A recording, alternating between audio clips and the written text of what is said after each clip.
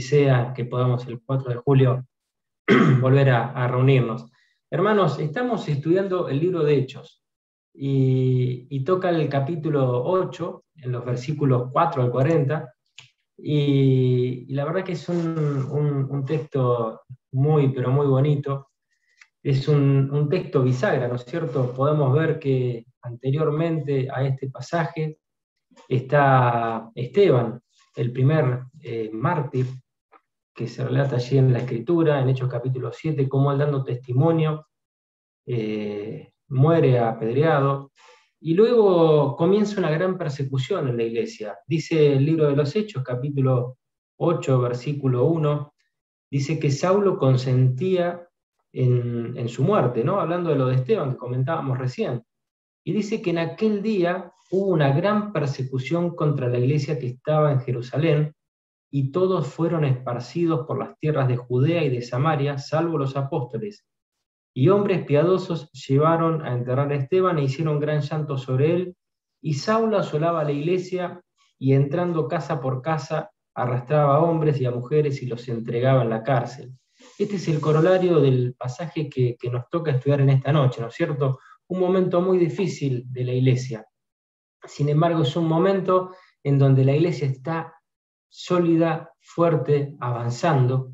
Y me hace acordar este pasaje, una vez un hermano dijo, ¿vieron cuando hablaba? Y dice que las puertas del Hades no prevalecerán contra ella, no contra la iglesia. Y es una expresión que habla de una iglesia que avanza. En la medida que la iglesia avance, nada se puede interponer sobre su camino. Qué maravilloso es pensar en esto, ¿no es cierto? Ahí cuando la iglesia se propone, ya sea por una persecución o por una decisión propia, Dios bendiciendo y abriendo las puertas. Te voy a pedir, Joaco, por favor, que avancemos una página más. Y en esta noche quiero que veamos este pasaje que nos toca en tres partes. La primera de ellas que habla de Felipe y de su compromiso. Quiero que pensemos en el compromiso de Felipe que se demuestra aquí en la Escritura. En segundo lugar, ver a Simón y la superficialidad de él, ¿no es cierto? Y en tercer lugar, a este etíope eunuco y su conversión. Así que avanzamos uno, por favor, y vamos a meternos en el primer tema, Felipe y su conversión. Felipe es el primer misionero mencionado aquí en la Escritura, ¿no es cierto? Y se lo llama el evangelista. Qué linda forma de ser llamado, ¿no es cierto? Pero no por ningún ego ni por ninguna particularidad, sino por este don tan maravilloso de comunicar la buena noticia, la buena nueva del Señor, la buena nueva del Evangelio. Qué grande es este nombre que le aportan a Felipe, Felipe el evangelista. Felipe es la segunda persona nombrada como diácono, que lo podemos ver en Hechos capítulo 6. Y lo que quiero que pensemos es en también cómo Saulo obra como un paréntesis en la vida de Felipe, ¿no? Porque vemos que en el capítulo 7, Saulo está allí presenciando y aprobando la muerte de Esteban. En el capítulo 8 va a estar dedicado prácticamente por completo a Felipe y la obra de él, y después no comienza la conversión de Saulo, por eso digo lo de paréntesis en el capítulo 9, pero después no vamos a escuchar más nada de Felipe, sino hasta el capítulo 21, que vamos a mencionar que Pablo allí en su tercer viaje misionero pasa por la casa de él. Es decir, es una persona de la cual tenemos que rescatar todo lo que podamos en este capítulo 8 para descubrir realmente cosas muy, pero muy interesantes que seguramente nos van a hacer muy bien a nosotros también ponerlas por práctica. Ahora, en este pasaje, acompáñenme por favor, yo allí escribí parte de los versículos, pero si podemos leer juntos en la palabra de Dios, en Hechos, capítulo 8, versículos 4 y 5, y dice la palabra de Dios, pero los que fueron esparcidos iban por todas partes anunciando el Evangelio. Entonces Felipe, descendiendo a la ciudad de Samaria, les predicaba a Cristo. Ahora, me gusta muchísimo de esta primera porción, es que en la ciudad elegida, ¿no es cierto? Fíjense que dice que fueron esparcidos por todas partes y iban anunciando el Evangelio, y Felipe descendió a la ciudad de Samaria, cumpliéndose, ¿no es cierto?, el llamado ese hermoso que el Señor hacía antes, mientras ascendía a los cielos, que iban a ser testigos, ¿no es cierto?, en Jerusalén, en Samaria y hasta el último de la tierra. aquí empezaba el ministerio en Samaria. Primero, la ciudad elegida, ¿no es cierto? Samaria. Ciudad pagana por definición. Una ciudad que era una mezcla entre los judíos del norte y los gentiles. Es decir, era el lugar ideal para ir a predicar el Evangelio. Era el lugar que realmente iba digamos, en donde realmente había muchas personas que necesitaban el Evangelio. Justamente un lugar en donde el Evangelio podía hacer grandes cosas. Ahora, la doctrina que se predicaba, porque fíjense, iba Felipe y ¿qué era lo que hacía? Y fíjense que dice, anunciaba el Evangelio, les predicaba a Cristo. Es decir, no iba contando cosas, mirá, nos juntamos por las casas, hacemos esto, anunciaba el Evangelio. No perdía el tiempo, hermanos. Felipe no iba contando las cosas que iban haciendo en Jerusalén. Felipe predicaba a Cristo. Y no solamente él, sino también dice que los que iban por todas partes anunciando el Evangelio. Hermanos, qué importante que es que veamos y prestemos atención qué es lo que decimos.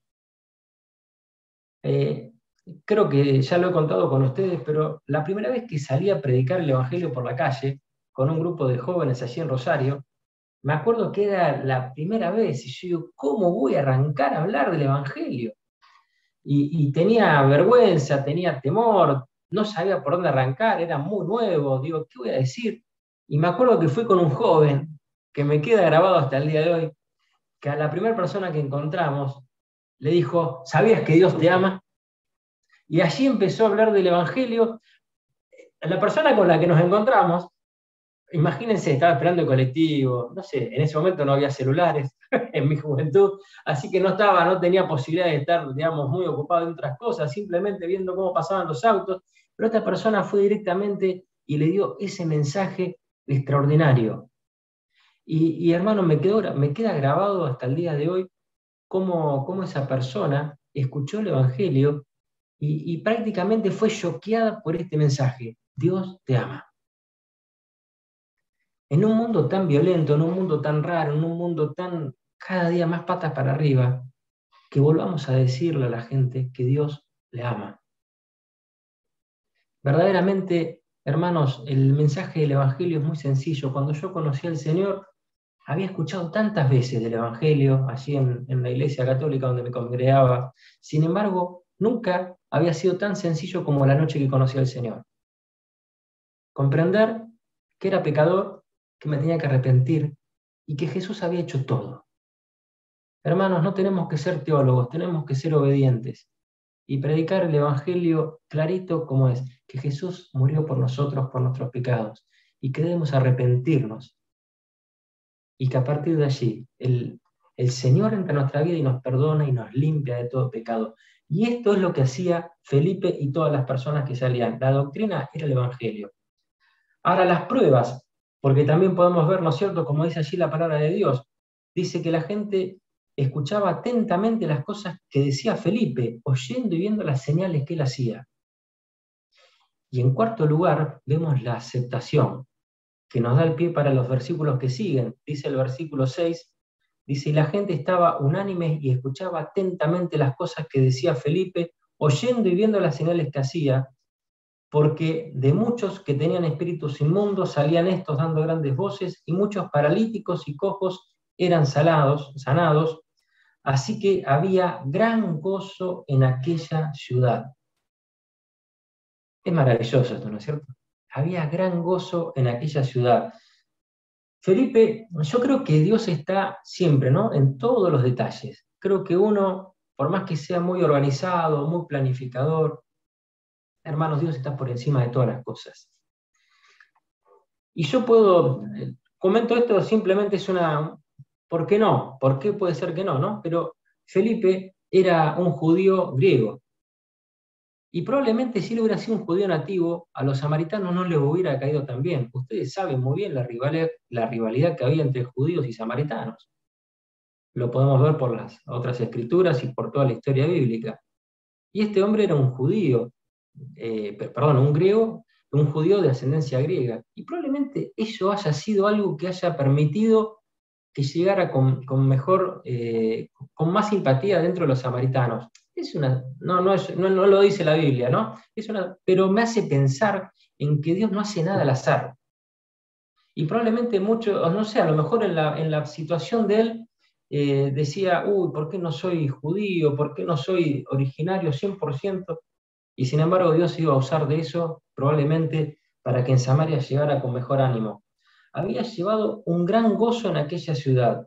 Esa ciudad de Samaria pudo reconocer en Jesucristo lo que no reconoció su propio pueblo. A los suyos vino, dice la palabra de Dios en Juan 1:12, y los suyos no le recibieron.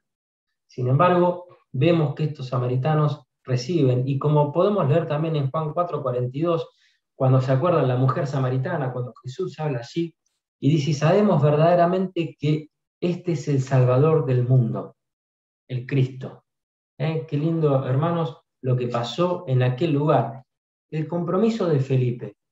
Felipe podría haberse excusado, como tal vez hubiera hecho yo, ¿no es cierto? Si me empiezan a perseguir, empiezo a tener problemas, tal vez escapo y me quedo oculto, me quedo callado.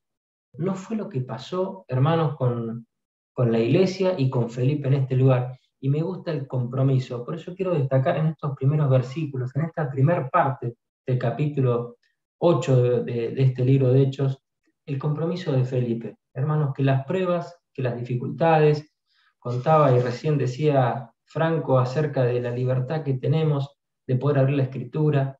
Hermanos, es una libertad maravillosa. Que esa libertad no nos haga perder el calor de predicar el Evangelio. Que tener libertad no nos haga dejar, bueno, esto lo dejo para mañana. Me acuerdo cuando estaba en la facultad, tenía compañeros que no trabajaban y que se dedicaban a estudiar. Entonces me acuerdo que me decían, no, bueno, a la mañana voy al gimnasio, a la tarde voy acá. La cuestión es que no estudiaban nunca. Tenían tanto tiempo que lo malgastaban. Hermanos, que la libertad nuestra de poder abrir la palabra, de poder predicar el Evangelio, no nos haga pensar que, bueno, lo dejamos para después, o bueno, ahora no, lo puedo hacer en cualquier momento. Hermanos, tengamos esta urgencia como si fuéramos perseguidos. Tengamos esta urgencia de comprender de que las personas que están a nuestro alrededor se pierden si no conocen a Cristo.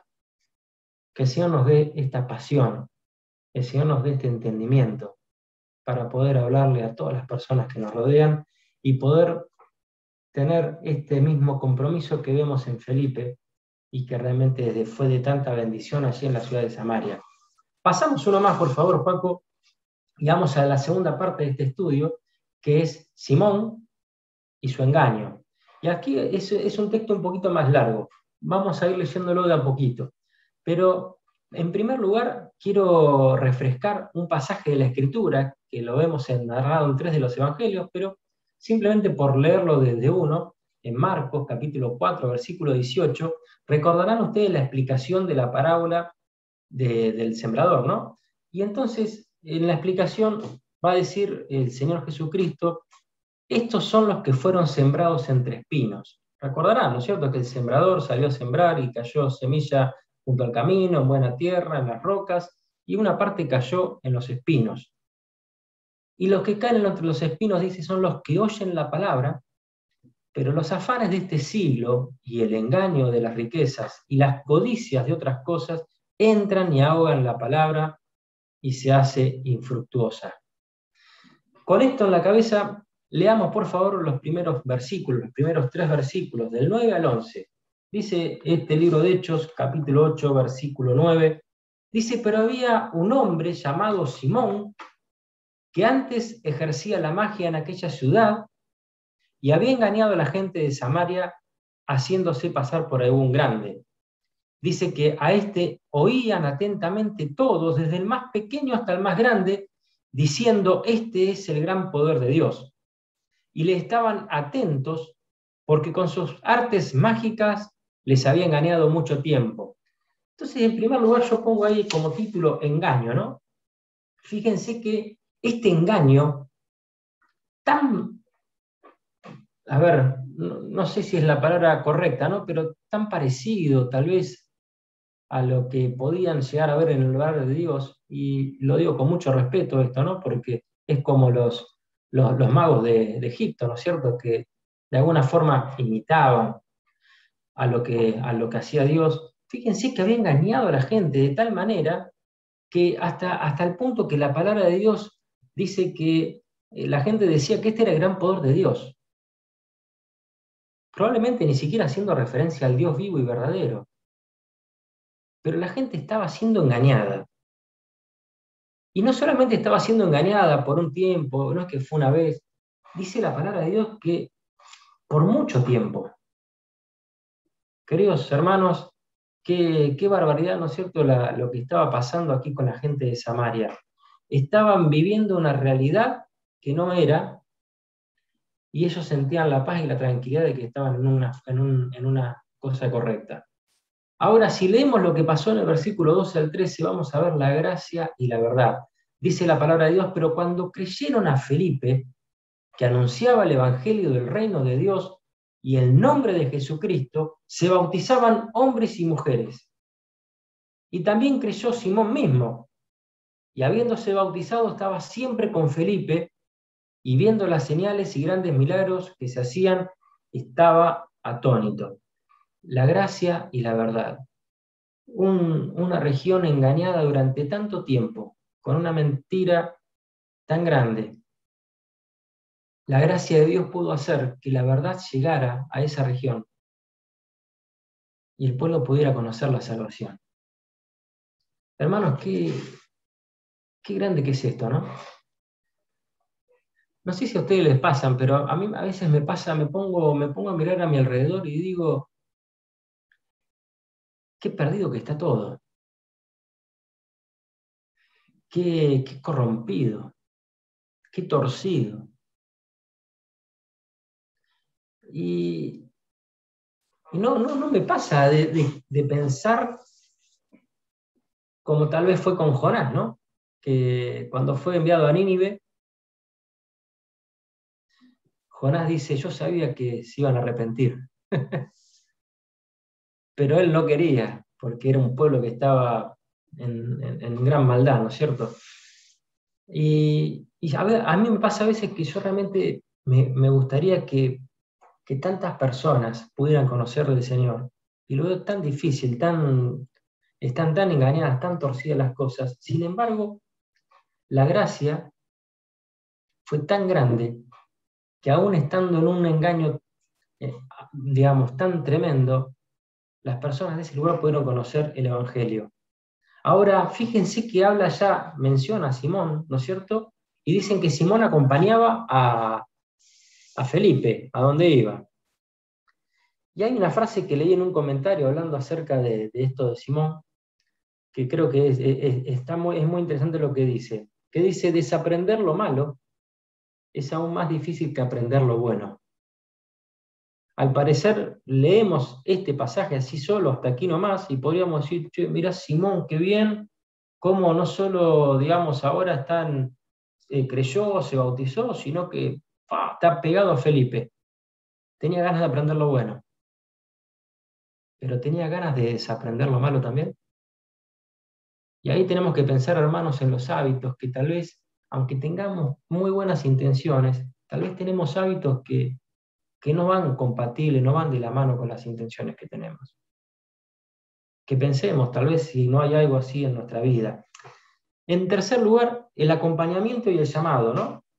Versículos 14 al 17, por favor, hermanos. Dice, cuando los apóstoles que estaban en Jerusalén oyeron que Samaria había recibido la palabra de Dios, enviaron allá a Pedro y a Juan, los cuales, habiendo venido, oraron por ellos para que recibiesen el Espíritu Santo, porque aún no había descendido sobre ellos, sobre ninguno de ellos, sino que solamente los que habían sido bautizados en el nombre de Jesús. Entonces les imponían las manos y recibían el Espíritu Santo. Ahora, ¿qué es lo que me gusta de este pasaje? No vamos a andar hablando mucho acerca de Pedro, de Juan. Simplemente lo que quiero mencionar es lo siguiente. Fíjense que,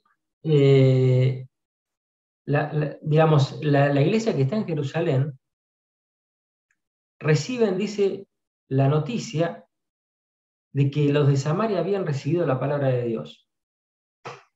no recibe la noticia, mirá, se convirtieron algunos en una campaña, que los de Samaria habían recibido la palabra de Dios, que el Evangelio de Dios había inundado Samaria. Y hermanos, permítanme soñar un cachito y decirles lo que sentí mientras que estaba, digamos, haciendo este estudio.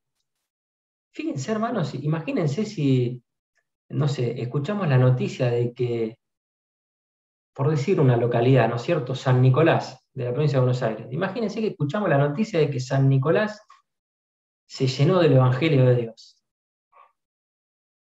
Ahí cuando yo vivía en Rosario, iba seguido a hablar a la iglesia en San Nicolás. Y cuando iba por la autopista, hay carteles señalando el santuario de la Virgen. Hay una Virgen muy, muy conocida allí en San Nicolás, como está en Luján, aquí también, más cerquita de donde vivimos nosotros. Y me acuerdo que yo le decía a los hermanos, me encantaría algún día venir por la autopista y escuchar y leer las señales que digan no el santuario de la Virgen, sino la iglesia del Dios vivo. Y hermanos, este pasaje me hace pensar en eso, ¿no es cierto? Me hace pensar en que la iglesia de Jerusalén recibe la noticia de que en Samaria había pasado algo terrible.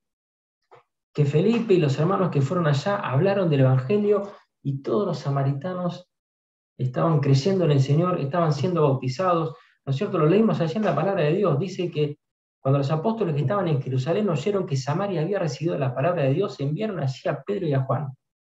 Pero Pedro y Juan no querían controlar. Pedro y Juan, por eso yo pongo allí, acompañamiento. Pedro y Juan venían a acompañar, venían a ayudar, venían a colaborar. Hermanos, qué bueno que estemos colaborando en otras obras, que estemos colaborando con otros hermanos. Vieron que tenemos la hermosa costumbre en esta iglesia de estar orando siempre por misioneros. Y no solamente podemos orar, podemos llamarlos, podemos saber cuál es su necesidad, podemos ofrendarles, podemos conocerlos. ¿Por qué no usar días de nuestras vacaciones o de nuestro tiempo para conocerlos en persona? ¿Cómo cambian las cosas? Como ustedes saben, yo soy del interior, soy de Rosario.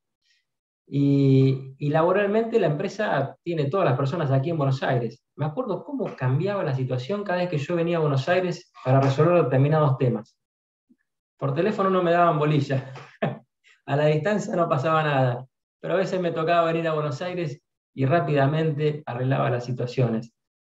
Digo esto y comparándolo, a veces uno a un misionero lo conoce de una foto o lo conoce de alguna cosa que le han contado, pero qué lindo que es que podamos ir a conocer a los misioneros en el lugar donde están. Hermanos, es una experiencia divina. Tuve la bendición de poder hacerlo con varios misioneros. Y cambió realmente mi perspectiva y mi forma de ver, de entender tantas cosas, hermanos, tantas cosas. Así que, hermanos, los animo a que podamos ser como Pedro y como Juan en este sentido, ¿no? De acompañar, de apoyar a los hermanos que están trabajando en la obra. Versículos 18 y 19. Fíjense, dice allí la palabra de Dios, que cuando vio Simón, y acá estamos, ¿no?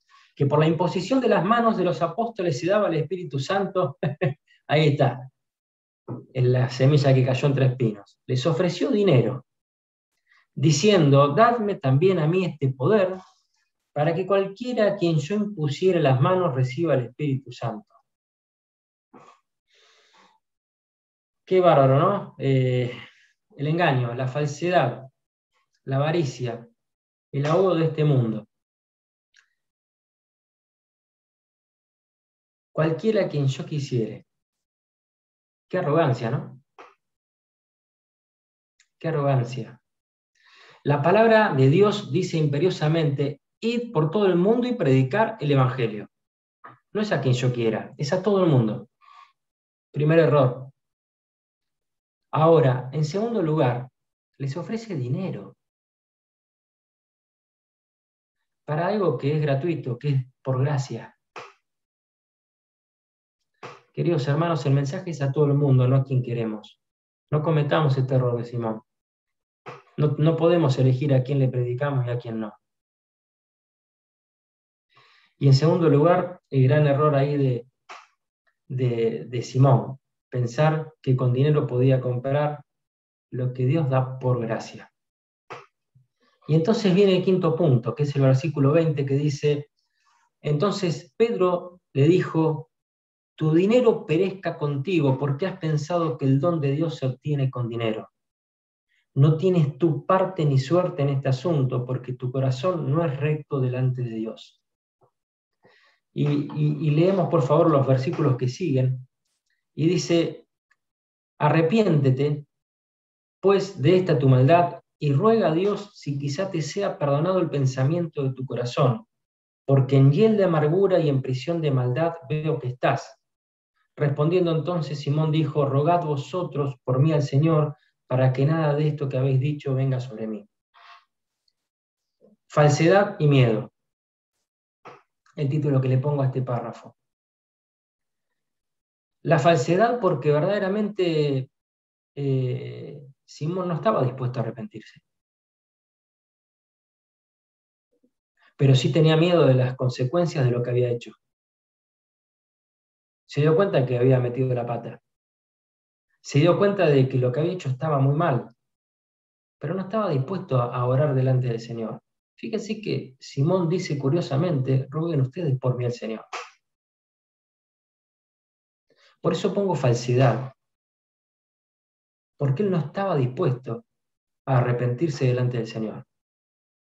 La avaricia, los afanes del mundo, lo que él pensaba que podía llegar a ganar. Claro, había tenido a este pueblo engañado por tanto tiempo, había ganado su dinero por tanto tiempo engañando a las personas, que ahora que vio un poder mayor, dijo, yo con esto voy a ganar más dinero todavía. Y esa falsedad de su creencia, de su conversión, de su decisión que había tomado, le hizo caer en este temor. Él se daba cuenta de que iba a tener grandes problemas, pero no estaba dispuesto a arrepentirse. Y después termino con la frase que hice en todo tiempo, porque el versículo 25 nos termina mostrando que dice la palabra de Dios, dice, y ellos, habiendo testificado y hablado la palabra de Dios, hablando de los apóstoles, ¿no? Se volvieron a Jerusalén y en muchas poblaciones de los samaritanos anunciaron el Evangelio. No es que volvieron y, bueno, vamos a disfrutar del viaje, volvamos hasta Jerusalén, tranquilos, después del largo tiempo que hemos pasado y agitado. No, me gusta que ellos volvieron y anunciaban el Evangelio, estaban comprometidos en el mismo obrar, en que la ciudad de Samaria, que la gente de Samaria siga conociendo el Evangelio, siga conociendo a Jesucristo. Simón y su engaño. Tercer y último punto, hermanos. Pasamos, por favor, Juaco. El etíope y su conversión.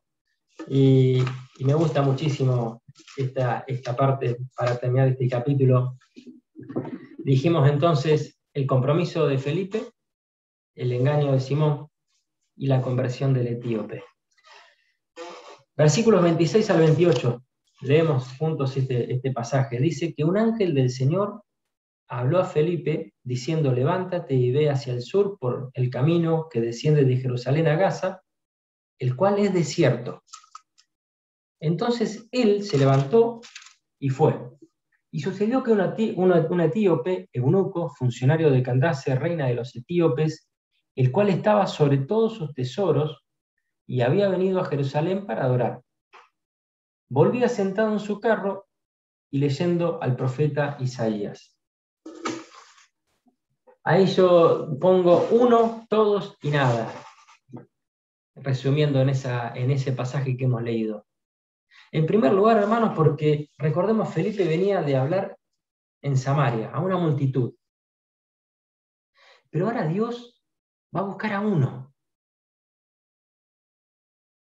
Y pongo nada, porque fíjense que la palabra de Dios dice, me encanta realmente estas cosas maravillosas de la palabra de Dios, ¿no? Dice que un ángel llama, bueno, a Felipe y le dice por dónde tiene que ir, ¿no es cierto? Por el camino de Gaza, a Gaza, perdón, el cual es desierto. De una ciudad tan populosa a un lugar desértico. Para buscar a uno. Es maravilloso, hermanos, pensar en esto. En el momento que pensamos que no le importamos a nadie, por favor no te equivoques. A Dios siempre le importamos. Estemos en el medio de una ciudad de China, de las más pobladas del mundo, o en el lugar más silencioso y oscuro de nuestro hogar o de nuestra habitación, allí está Dios preocupado por ti, preocupado por mí. A Felipe lo sacó de una ciudad para llevarlo a un lugar desértico, para hablarle a uno. Y dice la palabra de Dios, continuando con el pasaje, en el versículo 29, dice, y el Espíritu dijo a Felipe, acércate y júntate a ese carro, y acudiendo Felipe le oyó que le oía el profeta Isaías, y dijo, ¿pero entiendes lo que lees?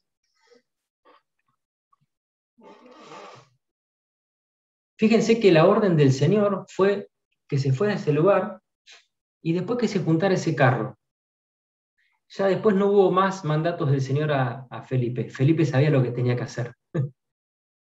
Felipe se encontró con una sola persona y le bastó con escuchar que estaba leyendo el profeta Isaías para entonces decir, bueno, y entiendes lo que lees, y dice la palabra de Dios, bueno, ¿cómo voy a entender si alguno no me explica? Y entonces Felipe va a decir, dice que comenzando desde aquella escritura, le anunció el Evangelio. Solamente Felipe necesitó la instrucción de dónde tenía que estar. Pero una vez que vio a una persona, vio un alma que necesitaba de Cristo. Entonces, en primer lugar, en este tema del etíope, es cómo Dios se preocupa por cada uno, aún en el lugar más alejado, en el viaje más desértico, en un viaje donde no había nada. Para Dios había un alma que tenía que conocer el Evangelio, que pasar de muerte a vida. Había una persona dispuesta a predicarle.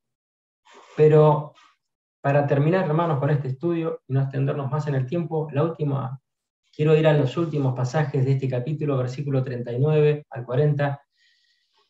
Bueno, el etíope se convierte, se bautiza, todo esto no lo leemos por ahora, pero dice, cuando subieron del agua, es decir, cuando se había bautizado, el Espíritu del Señor dice que arrebató a Felipe y el eunuco no le vio más y siguió gozoso su camino.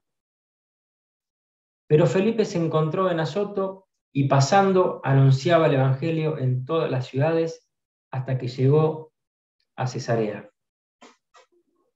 Y pongo ahí continuará, porque no vamos a escuchar más nada de Felipe, hasta que vamos a ver qué dice la palabra de Dios ahí, hasta que llegó a Cesarea. Parece como que leer un final especial, porque Felipe estaba instalado en Cesarea. Y no solamente eso, sino que sirvió de refugio del apóstol Pablo en su tercer viaje, en la última parte de su viaje misionero, cuando ya estaba para partir a Jerusalén y bueno, conocer todo lo que sabemos, cómo terminó la vida de Pablo. Pero este hombre Felipe pudo tener la posibilidad de hospedar a Pablo a posterior, ¿no? Y podemos leer hasta incluso de sus hijas, el testimonio de su hogar, el hogar hermoso que había formado Felipe. Hermanos, es un capítulo lindo para conocer de la vida de un hombre que se lo escucha o se lo narra en el capítulo 6 de Hechos, en este capítulo 8 y solamente en este capítulo después 21. Pero deja grandes enseñanzas. Un hombre con un gran compromiso y con una disposición a hablar del Evangelio. Queridos hermanos, simplemente quiero terminar con algo que realmente siento del Señor comentar y que cada uno de ustedes pueda estar reflexionando. Felipe anunció el Evangelio en una región y todo se llenó del Evangelio. Dios solamente puede leer y conocer los corazones de cada uno de nosotros y tal vez en medio nuestro hay una persona que tiene la necesidad de salir a anunciar el Evangelio. Pero no hablo solamente de lo cotidiano, tal vez, ¿por qué no? A ser un misionero, a ser una persona que anuncie el Evangelio. Como un Felipe o como tantos otros, o como los hermanos que estábamos también orando hoy. Si tienes ese llamado, si tienes esa inquietud, ora al Señor, habla con los ancianos y comenzá a hacerlo. No es necesario más que tus deseos de, aunque no seas un misionero todavía, ¿por qué no ir a conocer los lugares en donde el Señor te esté tal vez hablando, diciendo, quiero ir a predicar a esta región, a este lugar? Muchas veces yo pensaba, hermano, yo en mi trabajo, cuando vivía en Rosario, viajaba muchísimo por localidades pequeñas, y yo decía, acá llega la Coca-Cola y no hay una iglesia. Y digo, qué barbaridad, ¿no es cierto? Cuántas cosas, ¿no es cierto? Como creyentes, ¿cómo puede ser que haya un lugar donde comprar una Coca-Cola, pero no haya una iglesia donde congregarse?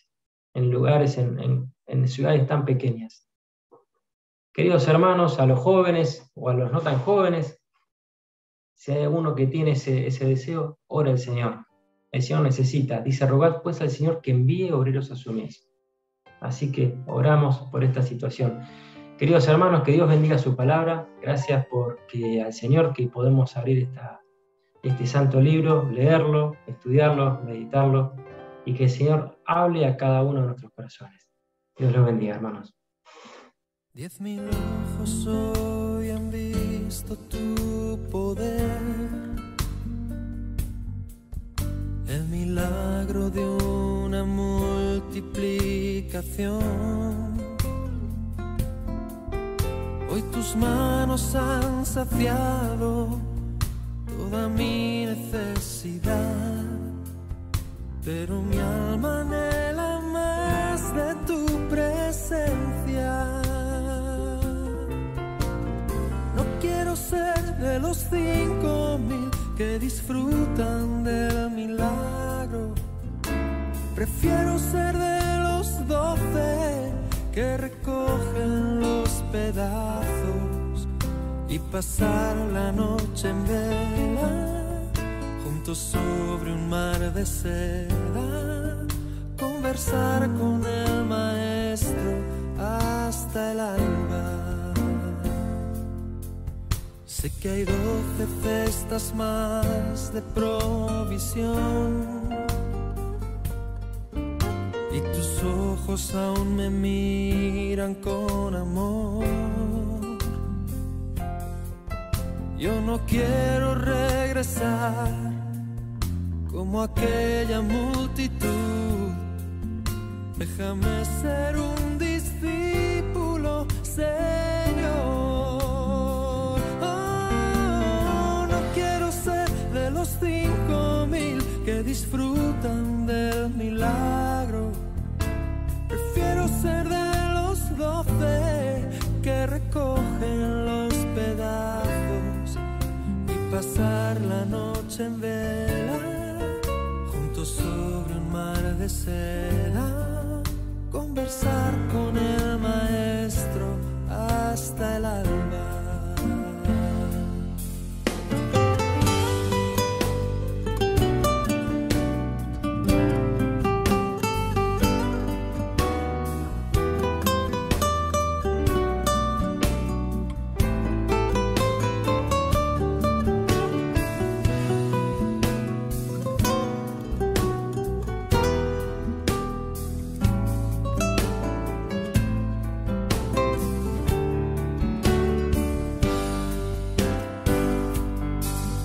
Ya no quiero solo recibir tu pan,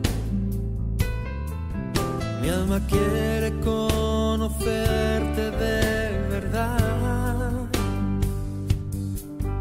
habitar en tu presencia, despertarme junto a ti, para que sea formada en mí tu imagen.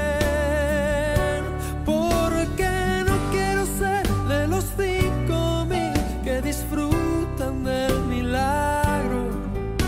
Prefiero ser de los 12 que recogen los pedazos y pasar la noche en vela, juntos sobre un mar de seda, conversar con el maestro hasta el alba.